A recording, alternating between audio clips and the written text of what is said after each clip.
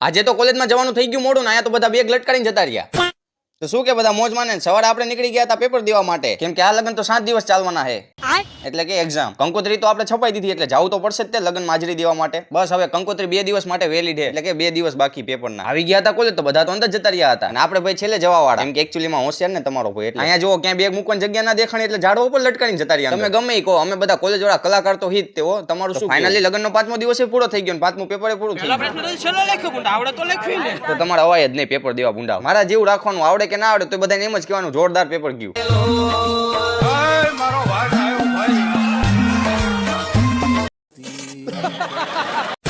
પછી અમે બધા કોલેજની વિદાય લઈને નીકળી ગયા હતા ઘરે જવા માટે. જો લાગુ છું ને ક્યુટ, એ તો હું પહેલાથી હું. ઘરે આવીને આપણે બેસી ગયા હતા બ્રેડ લઈને પીનટ બટર ખાવા. હજી તો જમીન સુવા જતો હતો તો જીમિતભાઈનો ફોન આવી ગયો કે વિડીયો બનાવવા જવાનું છે. ફોર્ચ્યુનર પાસે આવ્યો તો કબૂતરાએ પેઇન્ટિંગ કરી, પણ પેઇન્ટિંગ સુકાઈ ગઈ હતી એટલે ફોર્ચ્યુનર લઈને નીકળી ગયા હતા આપણે જીમિતભાઈના ઘરે જવા માટે. તડકો તો બહુ હે, કાળો ના પડી જવું તો સારું.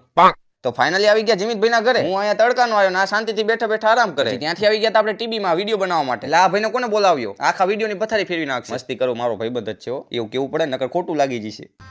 વિડીયો ઉતારી નીકળી ગયા હતા ઘરે જવા માટે, પણ જીમિતભાઈને ખબર નહોતી કે એમને ફોર્ચ્યુનરને ઓવરટેક કરી. એમને ખબર નથી મારી ફોર્ચ્યુનરની તાકાત શું. કઈ વાંધો નહીં ભાઈબંધ એટલે જવા દઉં. આવી ગયા ઘરે પછી ગરમા ગરમ ચાનો કોઠો ચડાવી લીધો. જાસ્મીબેન આવ્યા હતા ઘરે તો એમને થોડીક વાર રમાડીને બેસી ગયા હતા વાંચવા માટે. આજનો મિની વ્લોગ પસંદ આવે તો ફોલો લાઈક કરતા જજો. મળી કાલના વ્લોગમાં. Take care, bye bye. Follow કરશો તો જ મળી એક સીઓ.